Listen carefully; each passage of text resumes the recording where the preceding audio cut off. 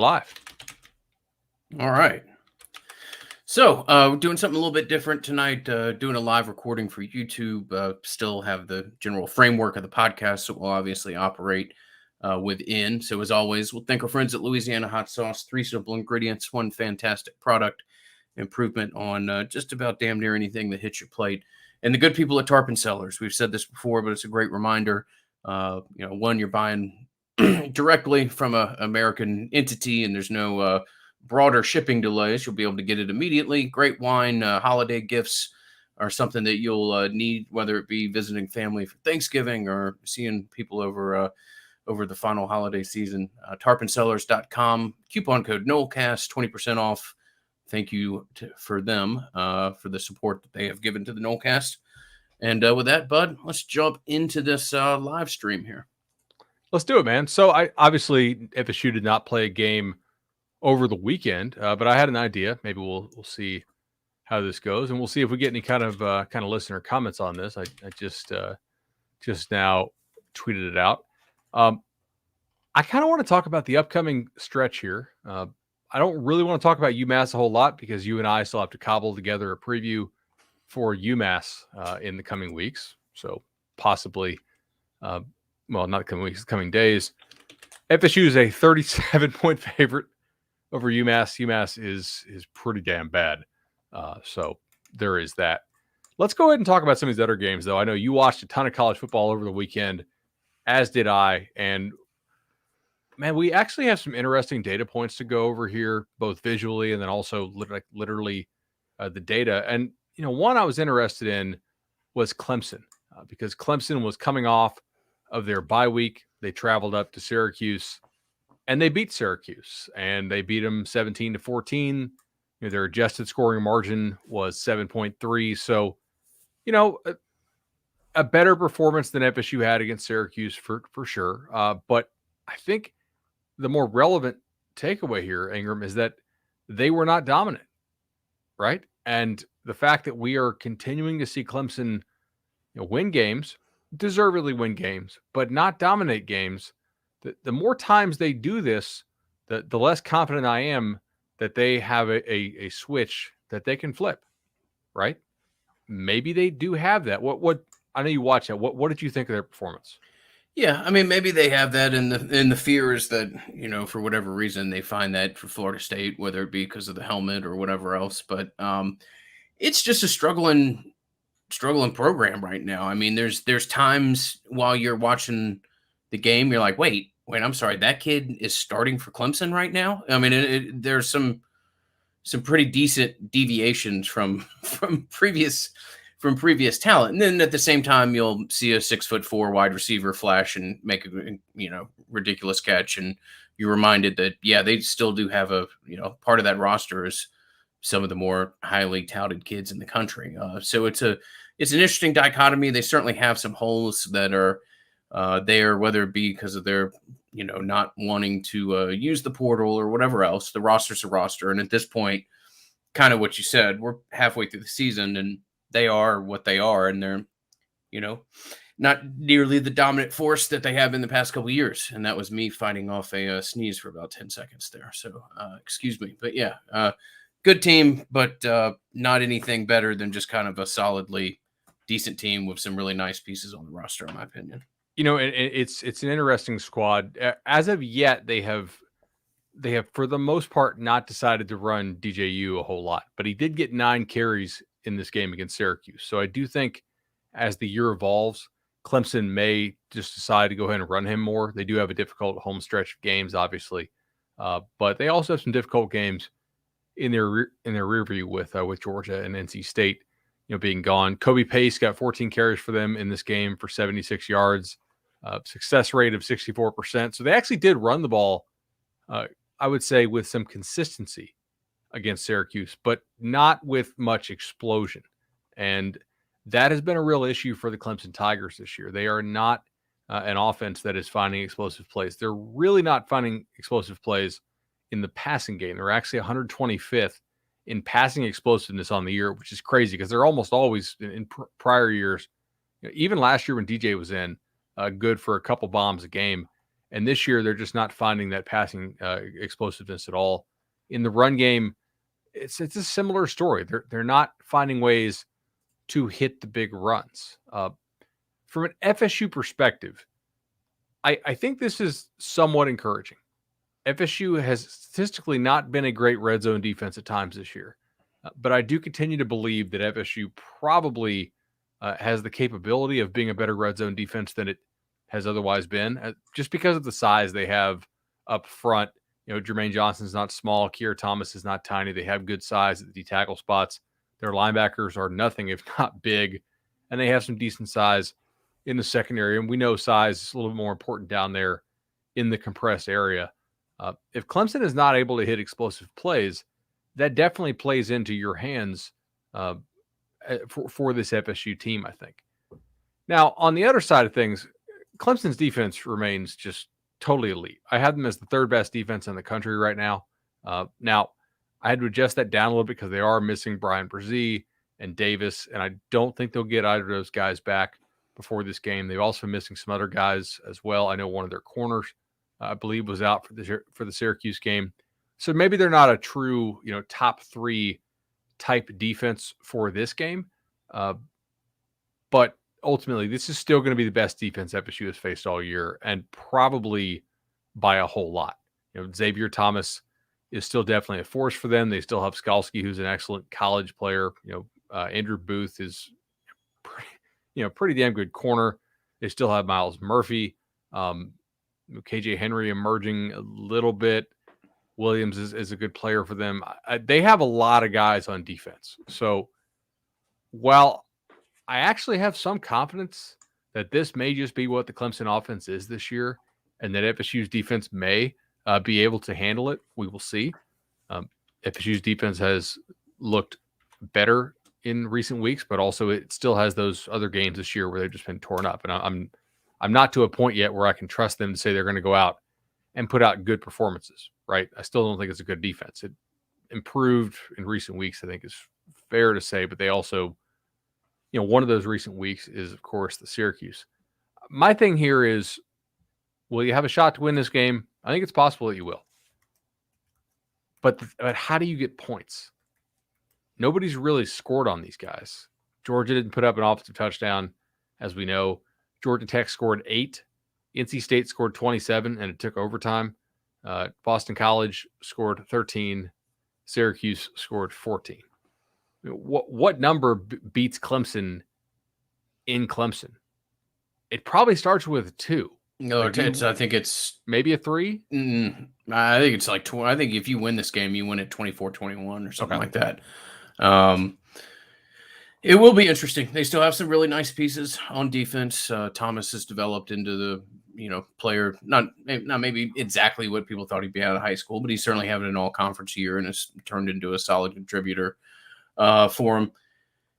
I don't know. This is not a podcast that's based around soft factors or loose things. It just feels as though Clemson kind of sits around and, to an extent, almost is expecting bad things to happen. Whereas the past 4 or 5 years, obviously, has been 180 degrees from that. So maybe you catch them in their building with a fan base that's a little bit nervous, and you just happen to have a fortunate day where you pick up 7 points either on a scoop and score or a drop punt or something like that. I mean, I think you have to maybe get lucky with a long play from Jordan, hit a run, get somewhat of a special team / fluke touchdown, and try to get out of there with 21, 24 points or something like that, and hope that you can relatively contain them throughout the day. Obviously, we've got a lot of time to talk about that, but Clemson's been one of the better teams in all college football. So despite the fact that they haven't lit the world on fire, it's always going to be something that you judge yourself by. And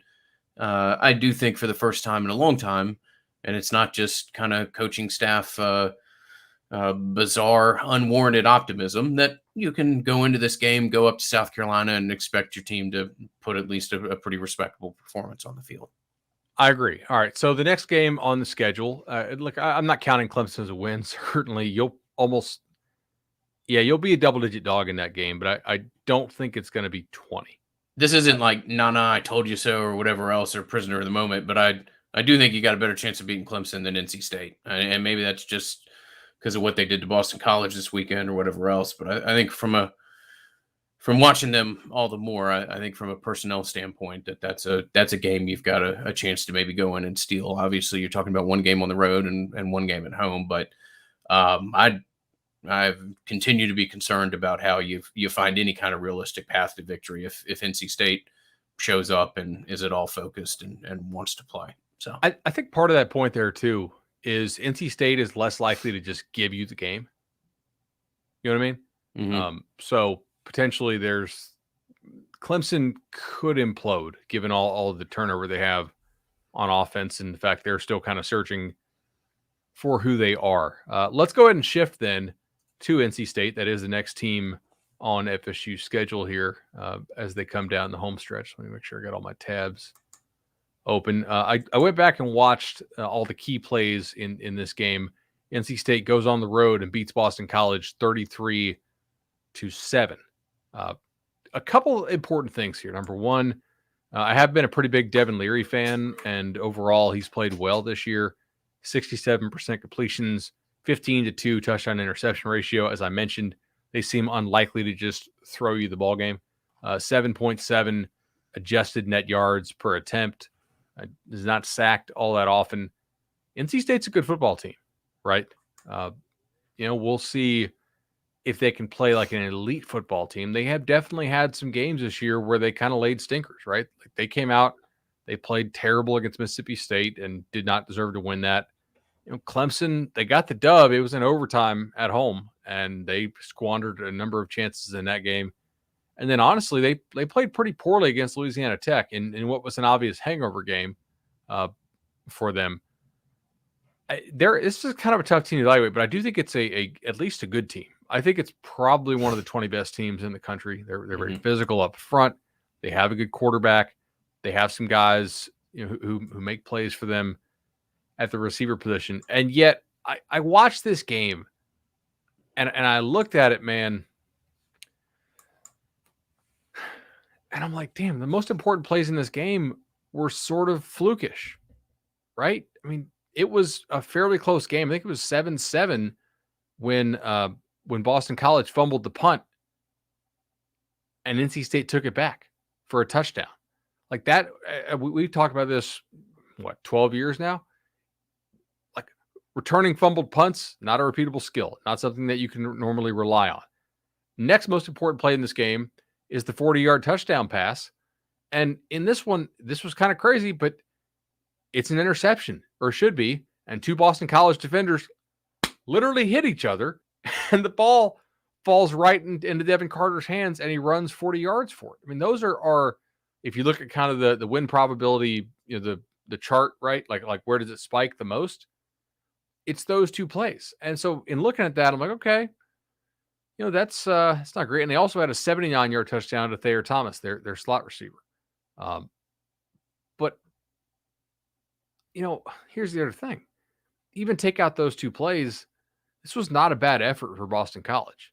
I mean, Devin Leary, 15 of 22 for 244. Okay, you take out those two, that's about 100 yards off-ish, maybe 115 off. So then he's 20 for 105. So maybe they weren't super consistent throwing the football through the air, but still, I think it's worth noting that they were somewhat successful there doing that. I thought NC State ran the ball okay. Their big thing in this game, though, was the explosive play compared to Boston College. We say that like it's something that's not repeatable, and to some extent it's not, but FSU gives up explosive plays on defense all the time this year, and that's not something that is really good. Well, of course, against UNC, they did not give up quite as many.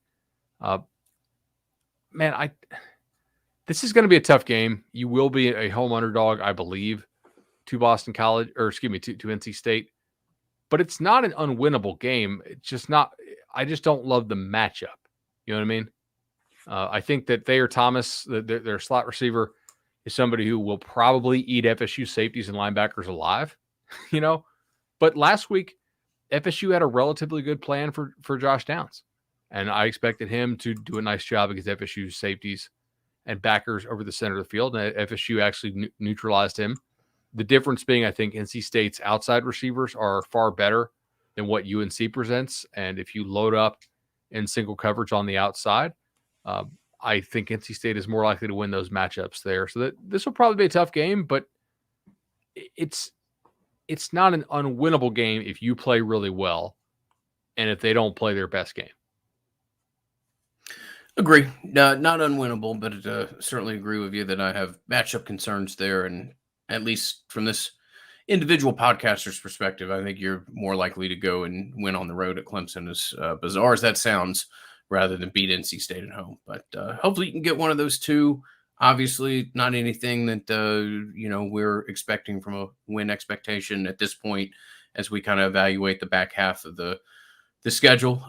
It would do wonders for your recruiting. It would do wonders to put a shot into your arm and maybe give you a little bit of atmosphere and excitement for that Miami game, which we can kind of organically get to that conversation here in a second. But it to me feels, and I don't want to overreact on things from a recruiting standpoint, that you need these have been nice the last 2 weeks, and you'll probably win this weekend.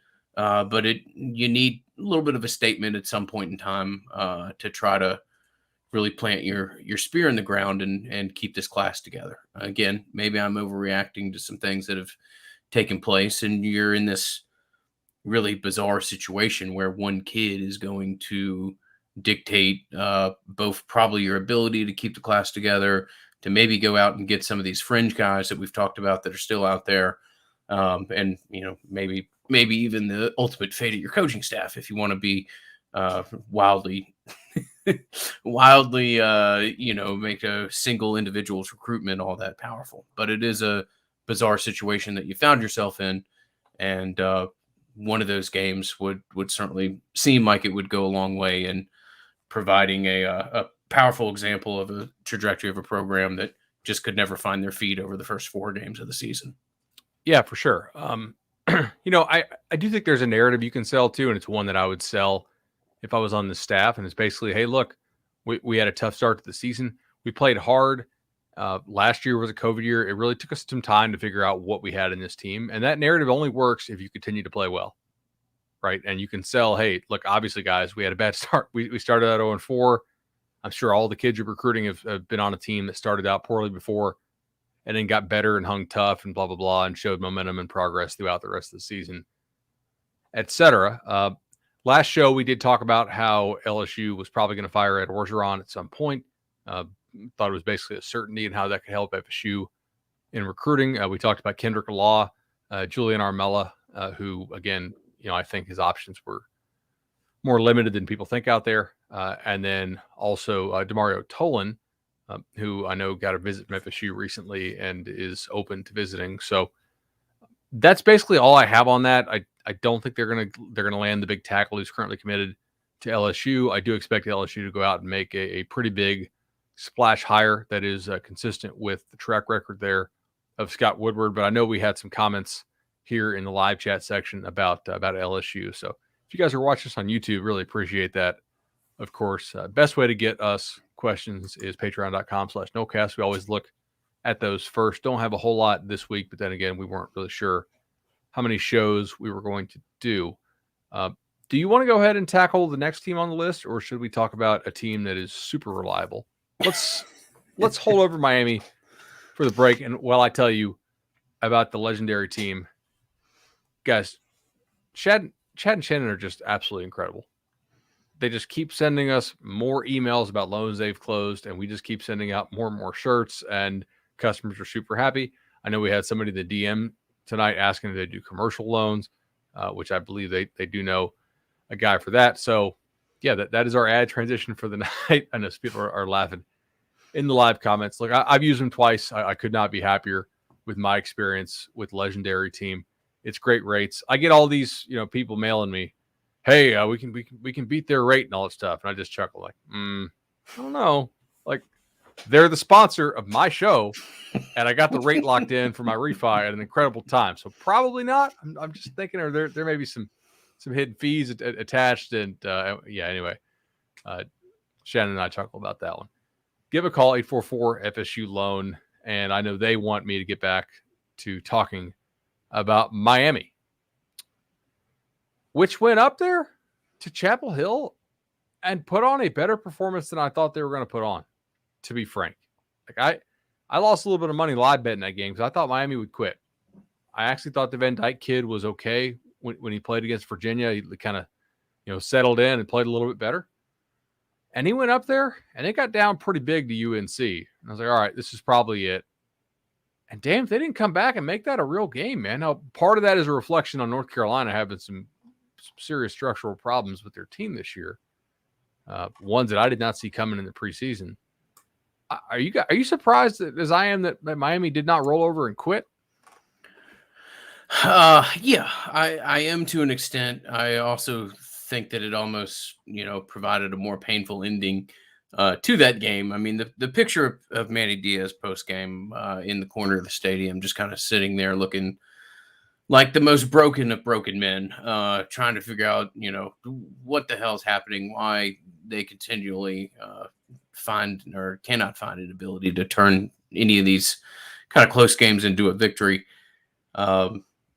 Yeah, I mean, I don't know what Miami can do from a buyout perspective, but I don't need Miami just losing every game from here on out. Also, it would be nice if the Florida State Miami game had, even a passing interest in it for recruiting purposes. But that certainly seems like a staff that is kind of in a downward spiral that I'd be shocked if they could get out of at this point. And it may be that they stay there for another year, and that would be great from a Florida State perspective. But that's, and I'm sure people from the outside have said the same thing about what transpired in Florida State first couple games this year. But that feels like a situation that there's just a bunch of dead air in the program. The recruiting class is all but non-existent. They lost what appeared to me, and you can chime in if I'm incorrect here, the best piece of their recruiting class a week ago, who 36 hours ago pledged to Alabama. It's just been a tough time to be a Miami Hurricane fan. And it's really broken my heart. So, yeah. I will say that I am liking this matchup for FSU more and more as I watch this Miami team. So Tyler Van Dyke did not play that poorly. He did throw 3 picks, so that's never good. He does have a proclivity to throw. Proclivity or propensity? Probably propensity here. I wonder if proclivity could work, but propensity to throw some interceptions for sure. 45 attempts for 278, success rate of 33%. So ultimately, not very good. However, Miami on the ground, he ran very well. 67% success rate with him running. I did not know that he had that kind of wheels. I think part of it's just North Carolina maybe didn't respect his legs either. Cam Harris got hurt, so he's out for the year. Jalen Knighton goes 17 carries for 94 yards, which doesn't sound like that great, but 53% success rate, which is really pretty solid. He popped him on that long pass play as well. Knighton, you can see what you saw as a recruit there. Impressive player. I mean, he's explosive, but he's also showing me the ability to run between the tackles and be physical and tough. I remember the long run from watching the game live, and I went back and looked at the stuff. I was like, damn, he had a 53% success rate running the ball in this game. That means those other runs, that's pretty good. The eight of the remaining 16 were successes. Now, an issue here is Miami is really struggling to throw the football. They had D. Wiggins and Mark Pope elect to transfer out of the program today. That's not really a surprise if you listen to our Miami Hurricanes podcast, Through the Smoke. I know that group of players was speculated to be leaving last week, and I think David and Gabby do just an absolute great job on that show. They're not afraid to pick against Miami or pick Miami to lose by 20 if they feel like that's what's going to happen. They're not homering it up over there on their show. Shout out to all the great shows in our 24/7 Sports Network, by the way. On the Bench does a great job. I think the Swamp 247 podcast has been exceptionally honest recently about Florida. We'll hit on those guys in just a minute. But they're not getting a whole lot out of tight end Will Mallory right now. Charleston Rambo remains their best receiving threat. They don't have a whole lot of just regular drop back concepts. This is an offense that operates primarily off play action.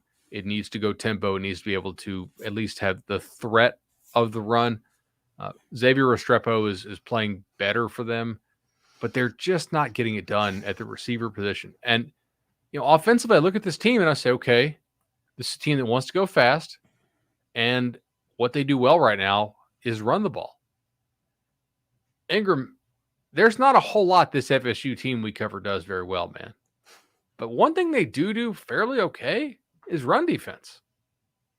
Like they'll set an edge, they'll get into the backfield, they'll tackle often. I mean, like I said, they're a great tackling team, but they're not like that's probably the best thing this team does defensively. It certainly is not pass defense, right? So if Miami comes into Doak and they cannot throw the ball better than they are currently throwing the football, I think you actually have to like FSU's chances of winning here. Maybe not winning big, but if the crowd actually shows up to this game and they're able to make an impact, you could have something there because they really, their post-game win expectancies this year from Connolly, 0% against Alabama. No shame in that. A lot of folks do that. 47% against App. App's probably going to win their league, or may win their league. Shouldn't say probably. 13% against Michigan State, just didn't show up in that game. Central Connecticut, whatever. 23% against UVA, 40% at North Carolina. They got NC State this weekend. We'll see there. I did bet NC State on the opener. Then they go at Pitt. Then they go Georgia Tech. And then they're at FSU. No bye weeks left in there. Granted, FSU has a very difficult schedule before it plays Miami, too. So both these teams have I would say, higher than average probability of coming in pretty banged up. But, man, that's the way they're playing right now is not conducive to beating this FSU team soundly. Miami may be favored in this game. I'm not actually convinced that they will be at this point, but they might be favored. We'll see how the next couple of weeks play out. On the flip side, they also they didn't handle a running quarterback very well. Sam Howell tore them up. 75% success rate on runs for Howell, 12 carries for 122. Ty Chandler had 18 for 108. They did a pretty good job on DJ Jones, who is the other back for Carolina. They did a very nice job, much like FSU did against the North Carolina passing game. But in all honesty, this Miami run defense has been poor for much of the year, and it's not really getting much better. Their run defense is a hell of a lot better than their pass defense. And right now, if the offensive line remains healthy or healthy-ish, and Jordan Travis remains healthy, FSU's sitting there thinking, ooh, Miami, 107th in rushing explosiveness defense, you say. Is that? Kenny Dillingham's like, what's passing? We don't need to. No reason to put the ball in the air? No. Yeah. Not at all. They're going to go like full Air Force Army on these dudes, I would think right now, right? That's the thing. FSU's a team that wants to stop the run and it wants to run the ball. And if it has to throw the ball, it's like, we're probably losing the game. Against Miami, you may not have to throw the ball that much if Jordan comes into that game healthy. That's a winnable game if he's healthy. Yeah, certainly.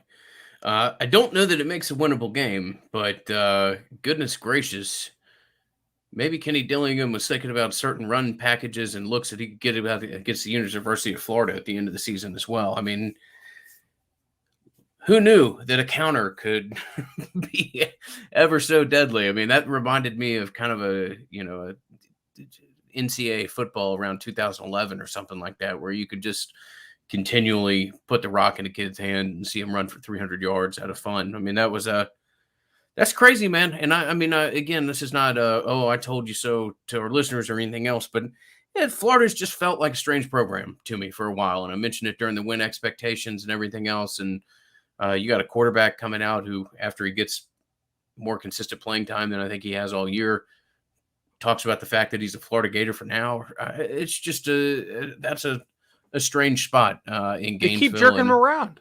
Yeah, they do. And, maybe you can somehow stumble into a victory from a game that would have been real hard to predict. Again, I'm not saying that's going to happen or anything else, but Florida just feels in a strange place right now, and we'll have to reassess, 6 weeks from now, see if that's still the case. But who knows? Maybe you go in there, you have a team that really wants to play against a team that's not really interested. College football here in the back half of October and November is starting to get a real hard sport to predict what's going to happen with opt-outs and kind of waning levels of focus throughout the roster, and probably a portal season this year that'll be more wild than anything we could have ever dreamed of, in my opinion. Maybe you can somehow sneak at least a competitive game. Maybe you can even beat Florida.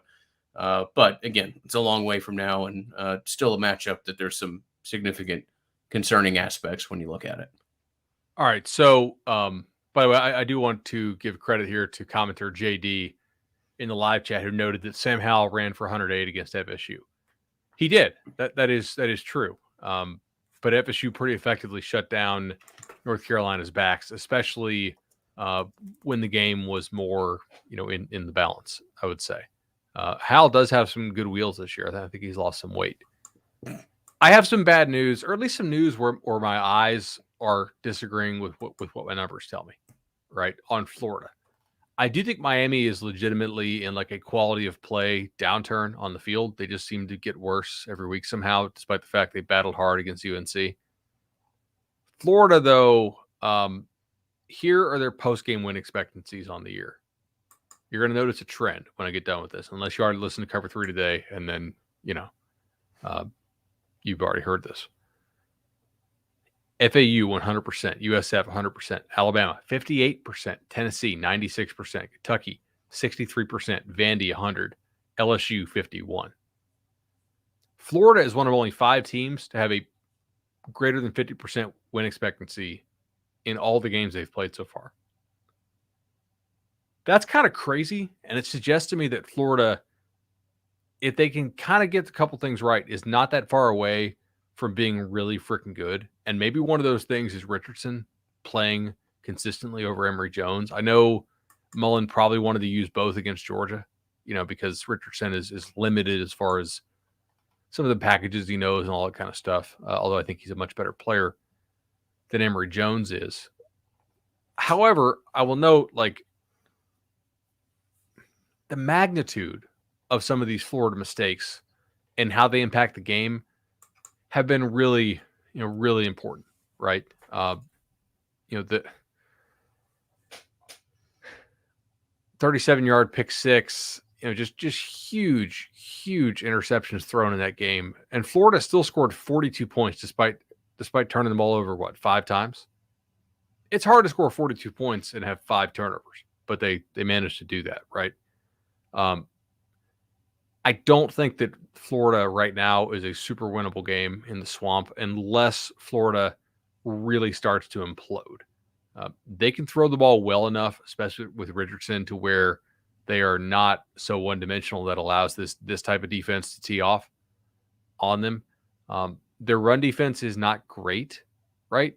But they do a couple things fairly well, even in the run defense side. So the one thing they do pretty well there is that they don't allow explosive runs for the most part. They're actually 16th in the country in preventing explosive runs. And they've played some teams that can really create explosive runs. We talk about, hey, Florida's run defense sucks.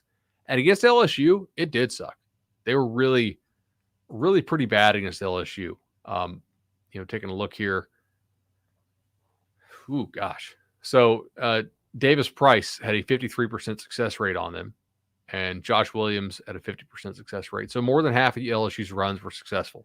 Now, it's not like a 90% success rate. LSU did pop some big runs in this game, but Kentucky also runs the hell out of the ball, right? And as a run game, I think objectively is much better than what LSU's is normally. And Florida shut down Kentucky's run game. Florida did a decent job against Alabama's run game. Tennessee at times this year has run it okay, and they were not able to run the ball at all on Florida. So until I see more, if I'm a Florida fan, that game against LSU is very concerning. But also, since I'm not an emotional Florida fan, I'm like, I don't know. Was that a one-game blip defensively? Because they were fine defensively against Kentucky. They just committed 15 penalties, most of them on offense, and had a field goal block return for touchdown. Like that was a fluky as hell game in Lexington, I thought. But it does make me wonder, like the two of the last 3 games, they've had some focus issues, right? Didn't seem all that focused against LSU. Certainly, it's hard to commit 15 penalties if you have good focus and good prep against Kentucky. Who knows? Like, there's a decent chance they finish the year with 4 wins after they play Georgia and look pretty good going into 2022. There's also the chance there's some stuff happening that I don't know about, right? And maybe that's how FSU wins this game if they're able to. Yeah, I'll reiterate what I said. Don't like the matchup right now. Maybe do like the overall direction that it appears the program's headed. We'll have to see. You bring up a good point as to some of the flukish things that existed during these wins during these losses, and we'll have to see how they respond, and how they respond to playing Georgia and Jacksonville may dictate. After that may dictate what the trajectory of the rest of their season looks like. YouTube commenter Lee Williams, I completely agree with you. Todd Grantham's never been somebody that's been particularly impressive to me, and always astonished that he kind of continually finds what are relatively elite defense coordinator jobs. But, that's how the game works sometimes. Any other game from the weekend that you wanted to talk about and how it impacts Florida State's remaining schedule? Yes, actually, Boston College. Now, I noted that there was some flukishness there in the NC State-Boston College game, but I want to go back to that game, and I want to go back to Boston College specifically here, because at the time, we made a pretty big deal when Phil Dracovic, the Boston College quarterback, went down with injury, mainly because some scouts I know who sit behind me in the press box, when I first got credentials for Tomahawk, they sat me like way over to the side of the press box, but that's where the scouts were, right? So I got to know a couple of them who sat behind me, and those guys happen to think Phil Dracovic is pretty damn good. So, watching it, his numbers suggest that they're right. Now, BC played a pretty poor schedule to start the year, in fairness, and they played Missouri's defense, which is terrible, Colgate and UMass and Temple, before he went down. Now, Dracovic had a 14 adjusted net yards per attempt, right? Dennis Grissel, the backup QB who's now in, FSU's actually played him before, I believe, the year that Odell was the interim coach and they went to the bowl game, if you recall. Remember the kind of shorter guy who ran around some? I think that's the same dude. He's still there. His adjusted net yards per attempt is 5.3. So that is a lot worse than 14. Now, granted, they've played some better teams, but he has a 5-5 touchdown interception ratio. Their passing game with Dracovic is just not getting it done. I don't know what else I can say about this, but they have some playmakers still. Like it's not, they don't have anybody who can make plays, but they only scored 7 points against NC State. NC State's points on their end were flukish, but Boston College's lack of points were really not that flukish. If BC is more one-dimensional, I think there's a real chance you can go up there and win that game, even though it's on the road. Their run game was not any good. NC State has a good run defense, certainly, but Pat Garwo's had a nice year for them. 27% success rate against NC State. Alex Sinkfield again has had some success for them so far this year. Not against NC State. 29%. 31% success rate as a team passing the ball. Jalen Gill, they did a fairly decent job of limiting him, just 71 yards on the day. If this BC team does not get better throwing the ball, I really think this is a winnable game for FSU. Now, the defense has started to improve for them quite a bit, and we'll see how they look against Louisville and Syracuse and Vatech at Georgia Tech. But that's a difficult stretch for them too, man. That's 5 games they got to play before FSU comes to town. We'll know, because Georgia Tech likes to try to run the ball and hit explosive plays like FSU does. So does Louisville. Syracuse, same thing. Vatech, who knows what the hell they're trying to do on offense right now. They may not even have a coach by the time that game rolls around. But we'll have a better feel for this one as far as just how much BC's defense has improved. But this is a winnable game for you right now. I will tell you that on the look-ahead stuff, Connolly has this game as BC by 3.5. And Connolly's numbers are seeing Dracovic in about half these games, right? Like the data that it's using that's baked in. My data has that backed out because Jurkovec's not coming back, at least from what most of the reports say. This is kind of a toss-up to me right now. It's a winnable game for you. Yeah, it certainly is. Just be a matter of kind of where your headspace is. Hopefully, you've gotten some of these games. I think really this is all about a march to 5. Maybe something crazy happens and you get to 6, but can you get to 5 and Miami be part of it? And maybe Miami is it a game that you're able to win and you're able to be get straight and have 2 final year-end games where you can push the pedal to the metal, so to say. And again, not to be redundant, but be a program that's really trying to build, develop, and fully invested in games when at sometimes others aren't, as the tail end of the schedule runs out. So there's nothing really left on this schedule except for my personal opinion about NC State that I don't think is going to be fairly contested. Now, I'm not talking about UMass. Florida State will beat UMass, but I mean the 5 remaining games. I think I'm not classifying them as a coin flip from a win expectation perspective or anything like that, but I think you have a chance to be in all these games, and we'll have to see. Maybe we're being too overly optimistic, based in large part off a Carolina team that's got a good amount of Jekyll and Hyde in them as well. So maybe we'll get better perspective and humbled slightly, if that's possible, for a program that's 2-4 so far and lost in the second week in the manner that they did. But certainly feels like you're sitting here on the back half of the season that you're kind of excited to go out, see what this team develops as, and to what level they can compete against some of these better known entities and programs that are left on their schedule. What kind of odds would you give me on making a bowl? I'm still in the 15% area or so. I mean, I think we were 5% last week, or pre-UNC. Yeah. Maybe I should be, closer to 12 or something like that. But yeah, I'm in the, mid to low teens. I think we're similar. I actually might be higher on you than making a bowl right now, barely. And it's just because I feel like, I don't know. I don't think, how do I say this?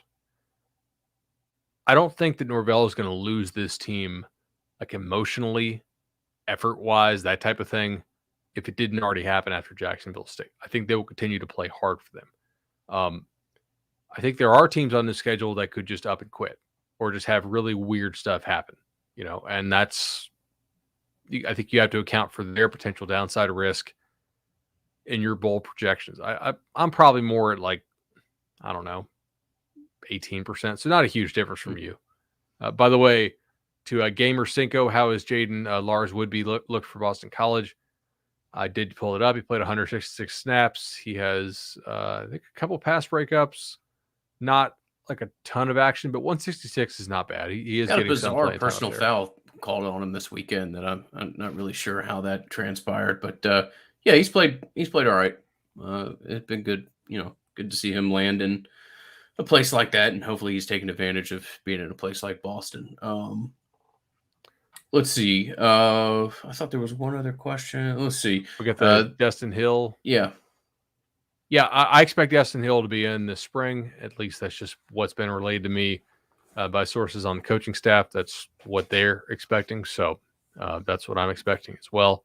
If he comes in, I actually think he's a fairly polished route runner and a guy with really nice speed. So maybe somebody could get some serious playing time for you, even though he's a true freshman next fall.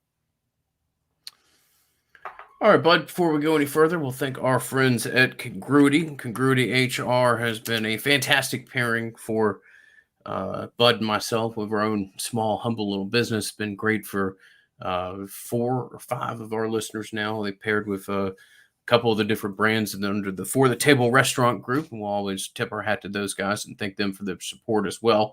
But Matt's a great guy, big Nole fan. Love catching up with him a couple weekends ago, getting a chance to meet him, a couple guys on his team. We'd ask that you reach out to him. You can do so, Noles@congruityhr.com via email or telephone 844-247-4100. Again, Congruity, if you're looking to optimize your business, if you're looking for help with payroll, HR, pretty much A to Z options when it comes to what they provide. And again, if you want to reach out to me first as a form of introduction to Matt, please feel free to do so, as we've had a decent amount of people do so already. All right. Where do you want to go from here? That's basically the end of the remaining schedule. I think that they, I don't know, man. Like I know we said that 4-8 was probably the most likely after the UNC win, but after watching these games this weekend, they got to stay healthy to get it. But I actually think that I think 5-7 might be more likely than 4-8, dude. Not by a ton, but if they stay healthy, it could be. I think if you get to 5, you beat Miami, you can write this off as a strange, success. Obviously, we don't need to keep mentioning what happened in week 2 every 5 minutes, but that's going to be something that follows you around. If you can Until Mike somehow wins stumble something onto big. 6, it would be unreal. Yeah. It would be really a remarkable response, and have a whole hell of a lot of excitement going into next year. Maybe not fully warranted, but a whole lot of warrant. And what I mean by that, let me clear up as far as what next year's roster is going to be. There's still a lot of holes. Take a look at what the defensive line is going to look like next year, and there's reasons for nice thoughts as far as the general trajectory of the program. But you're going to have to do some work as far as what getting next year into a place where you can be competitive in week 2, or some of the other stronger things that are going to appear on your schedule there. You want to talk recruiting real quickly? Travis Hunter goes to Athens, blah, blah, blah. Ba decommits have been more or less expected from this podcast for 4 or 5 weeks now. And we told you pretty aggressively that that's going to be one of the ones that you'll struggle to hold on to. And really, I think even if you're sitting here 4-2 right now, if Georgia turns the gas on, I don't know that you're not going to lose that kid overall. So maybe you can point your finger at me and say this is crazy homerism or optimism or something like that. But I don't know that losing that kid is necessarily reflective of what you put on tape so far. I think you keep him personally. Like I don't know if it's like a slam dunk lock, but if you're 4-2, you think you keep him? You mean 4-8? No, I'm saying if you're right now, if you're 4-2, does Bob decommit and commit to Georgia this week?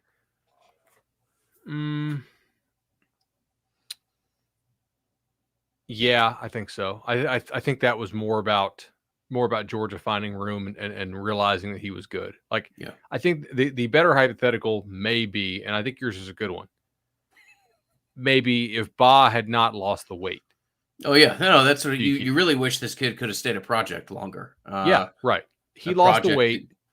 Elite teams realized that he was pretty damn good, and that he was gonna drop that weight at IMG, as opposed to having to waste a year, in 2022, his freshman year, dropping that weight in college, and they came around on him. I mean, that we talked about that on the show. Actually, I think we actually brought this up as hypotheticals. Like, hey, do you wish he kind of we did didn't drop the weight a little bit, because it's going to be a rough season. This was back in probably July. Grant, we talk about a lot of stuff on the show, so it's easy to go back and say, hey, we talked about this. But when you're doing a team specific show, you probably should talk about a lot of stuff. I feel like the relationship with Woodson will keep Hunter at this point, but I'm not a dummy, right? Taking more visits to another school is not an encouraging sign. But look, the kid's also hurt right now. He's not playing in games. I'm sure he wants to get out and see some big time games. At this point, it's like, okay, you're in a battle. I think Georgia's clearly going to try to put the pressure on him. He is tight with a bunch of other recruits in your class. He's still actively recruiting for you. I think it's kind of silly that he has to put out these graphics all the time, like, I'm still committed. Like, I mean, that's probably just because fans on Twitter just never leave the kid alone. But that's not a good thing, by the way. And obviously, I'm not saying people don't leave him alone. No ish, Sherlock. That's not what I'm suggesting. But if a kid needs to put out a graphic every 10 days or whatever, it's not ultimately every one of those graphics you see. I would be maybe slightly more concerned. I'll put it that way. We'll see. I do feel mildly more comfortable today about that than I did over the weekend. I did not receive the reports from Georgia people that I put a whole lot of stock in that I thought I might today. I mentioned this in passing to some friends of mine, but I had a Georgia guy call me first thing in the morning, and I thought, oh, Jesus, this is great. And all he wanted to do was to try to dunk on me about Ba decommitting. And I was like, is this really okay? Like, damn. This is the best news I've heard all day, man. Is that this is the first 60 to 90 seconds of this conversation. Hell, I had written that off 4 weeks ago. But yeah, we'll see. I do think it's a good thing every time you see a cornerback commit to Alabama, or maybe if there's any movement in Georgia's class, stuff like that would be a nice thing. Obviously, programs are going to find room for Travis Hunter. I'm not suggesting that, but it's crazy. It's crazy that that this kid. I did the X's and O's video podcast last night. Great content. Y'all should take a look at it if you aren't otherwise familiar with it. And at the end of the podcast, I kind of threw out there, is there any path that if Florida State doesn't sign Travis Hunter, they can still sign a respectable recruiting class? Most people on there said no, not a chance. And it's wild that you've gotten that kind of interwoven with one kid. But how could you not? I mean, the kid's the number one recruit in the class. You have this series of events that lets you kind of get a commitment from him when you're really not expecting it. I mean, we've mentioned before that was more or less kind of a general tour that he took, and he was like, "Yeah, all right, this looks good to me. I'm going to commit." Not necessarily something that they saw on the radar, but it just certainly feels like this kid's going to play a large role in maybe the trajectory of the program for the next 2 or 3 years and what decision he makes. For sure. I do think what we said last week still stands. You have won 2 games in a row, then you're on a bye week. You are almost certainly going to win the game this weekend. You are a much bigger favorite this weekend than you were against Jacksonville State. Jacksonville State, even though they're not that great this year, is still a better team than UMass. Like UMass would be a dog to Jacksonville State, much like how UConn this weekend was a dog to Yale, right? There is that weird overlap where like the worst 5 to 7 teams in the FBS are like big time dogs to the best teams in the FCS. So anyway, we'll talk more UMass, but you're going to basically go a whole month without a loss, a calendar month, or excuse me, not a calendar month, like a 30-day period without losing a game. And I'm not going to sit here and tell you you're basically home free by that point, but you only have like 5 weeks you have to survive after Halloween. And I'm not going to say that those games don't matter in November. I think they do matter. But at that point, if you've been committed to FSU for that damn long, I think the odds are that you're going to stay committed in the vast majority of cases. They need to find a way to get Travion Williams back on campus. They need Alabama to keep taking defensive backs. And, like we said, right? Why do you hire Randy Shannon? I'm sure there's a lot of reasons. I know I got some heat for saying that the one reason you did it was for a little, but I might look really smart with that come December, right? Because I think the phrasing, and I got some blowback from this, was he's a $40,000 Earl Little lottery ticket, right? They're paying him $40K to be an analyst. He's obviously very tight with a little family. Trusted friend there. If Bama fills up, and for some reason doesn't have room, and I don't think that they're going to fill up and won't have room, but if they did, and you're able to get Earl Little in this class, and you're able to keep Travis Hunter and Sam McCall, it's pretty nice, man, because they feel like they got a hit last year in Brown. They feel like they got a hit in Knowles as far as guys who can play at that ACC level. And obviously one of the issues on this roster is preventing explosive plays through the air. Adding more talent to that defensive back room could be a big deal. We'll see if they're able to actually do it. That's that's kind of the tough part. But that they're even in this, I think, speaks to the depth of the relationships, right? That they've managed to establish. Absolutely. They need to get Travion Williams back on campus. That's the other one. Like now with Edo getting fired, we'll see how Mississippi State and Ole Miss look, but. Didn't they go out and meet with him a couple days ago? So hopefully you've got a pretty good temperature as to where that is, where you sit. Any feel for you as far as Nigel Kelly, Jones Jr., some of the defensive prospects, or at least some of the defensive line prospects that they're looking at? I don't think Kelly's going to happen at this point. I think they're still very much in it with Jones Jr. due to the family connections and the fact they've been on that relationship for a long, long time. You know, I think Jones Jr. is going to be there for Miami, right? So that's another chance to make an impression. I in a normal circumstance, that's not a realistic thing. But clearly, like Jones Jr. can make a lot more money in name, image, and likeness if he comes to Florida State than he can in their school. That's not an FSU program setup. That's a how many boosters who own businesses are like, oh, wait a second. I grew up with that guy's dad on my wall. Ingram has, This and you're what, 30, 37, right, 38? Yeah. Yeah. I was talking to some friends of mine. Florida State still has a lot of work to do on the NIL front and some other things, but the one prospect that they can absolutely be, in my opinion, exceptionally competitive with from day one is Jones Jr. So if that's an NIL decision, I would think that you're in as good a shape as you can be with him. So we'll have to see how that plays out. Would be a massive add, and obviously quite the statement for a program that struggled as much as Florida State has for the past couple of years here. And I'm not saying it's purely an NIL decision, but you do have a couple things working in your favor, right? Distance, in state, really good recent track record of developing guys at that position. I mean, a fourth and a fifth rounder last year, a guy who I think is very likely to be a top 100 pick, and maybe if he tests really well, is going to be even better in Jermaine Johnson, a position coach who I would say is one of the better recruiters on this staff in John Papuchis. It's not like Chris Thompson's recruiting a kid, right? I mean, like you have a guy who really vibes with these kids, recruiting him, who actually happens to be his position coach. I think all that kind of plays into it. Are we going to sponsor someone? Yeah. We do not make enough to sponsor Marvin Jones Jr. Like that's not. We're more in that, like we would be a rounding error in the Jones Jr. Recruitment, but that'd be cool. Halloween trip to Tallahassee could help, says Corey Meyer. I completely agree with that. That I remember Halloween at Tallahassee quite fondly. That was it's a good time. A lot of creative costumes. Certainly worse places to be than Tallahassee. This year I'm very excited to be. We're going to put some.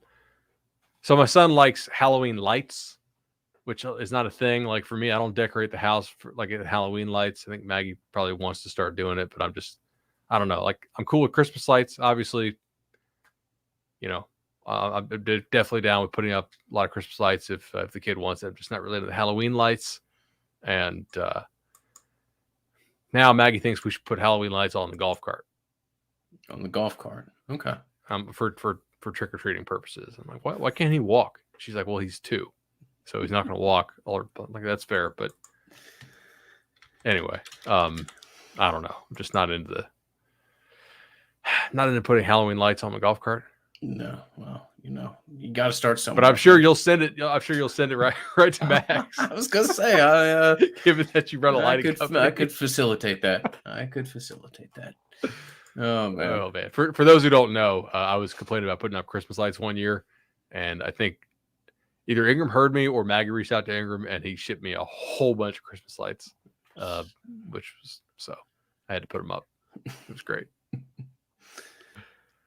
Oh man, anything that we missed? Anything that we need to touch back on? Obviously, we'll be back for what is undoubtedly the most comprehensive UMass preview that you'll find out there later in the week. But at this point, I think we've kind of gone through what we had on our sheet. Otherwise, not really. Trying to think. Okay, so this season has gone poorly. We can agree on that. I just want to throw something out there. Could you have painted me a picture where FSU is 2-4 and their class is not falling apart? I mean, it's almost like what is happening to all these other schools right now. Florida with these bad luck losses, Miami falling apart. LSU already firing its coach. I mean, I guess you could say Auburn, right? That's one. I don't think they're out of it with Tay Woody. Mm-hmm. I think that's a fight they can actually stay in. I'm not sure they're going to win it, but I think that's one that they actually can win. I think Atkins has a good relationship there. I'm not flipping my crystal ball on him just yet. Like with Ba, I put it in a couple weeks ago. With Woody, I'm not doing it quite yet. I got a little bit different vibes there. But just think about it, like almost every program they need to be down that could reasonably be down is down. Yeah, no, I don't see any other way that you could be 2-4. I mean, I don't know. I guess you could argue if you'd won the Jacksonville State and maybe lost a heartbreaker to Syracuse and then beat UNC or something. I don't know. I mean, 4 losses in the first 6 games is going to be a tough pill to swallow, regardless of how you try to chop it up and present it. But yeah, you've been really fortunate. You have an opportunity here to show some continued improvement. And yeah, you show well over the next 3 weeks or so. I think you can put an awful lot of glue on a recruiting class that looks like, it might need it. I'm not trying to say that this thing's about to splinter or whatever else, but when you got your biggest kid touching base with Georgia 3 times in 10 days or something like that, then yeah, you need to be alarmed. You need to realize you're in a dogfight, pardon the pun. And, maybe it wouldn't be a bad idea for Mike Norvell to land at one of his games in a helicopter or something like that, and just realize that you got to go tit for tat and try to be as competitive as possible in this, and play all the silly games that is recruiting a kid and seeing it through to the end. Any FSU fans own helicopters? Yes, I do actually. Yeah. In fact, mm-hmm. It wouldn't be I wouldn't have to facilitate that conversation. Let me put it that way. I would not be the introducing agent there, but yeah. So something to keep an eye out for. Cool. All right. I think that's pretty much it. Guys, give us those 5-star reviews if you can on Apple Podcast. Obviously, we put the chat tonight. I don't know if you saw this on subscriber only mode. So if you're chatting with us, we know you guys have hit that subscribe button on YouTube. It's pretty cool. Also, make sure to hit that little bell. That gives you that notification. When we go live, we don't always announce it because Ingram and I's schedules don't always match up. And sometimes we cut the pod like way late at night. But if we can go live, we'll try at times. And you want to get that notification on your phone when we do go live. So make sure you hit that little bell after you hit subscribe. Give us that thumbs up. Give it those 5 stars on Apple Podcasts. And most consistently, just continue telling your friends about the #1 FSU podcast out there. We really, really, really appreciate that. And we'll see y'all probably Thursday, I guess, for the UMass pod. All right, y'all. Thank you so much. Talk to you soon.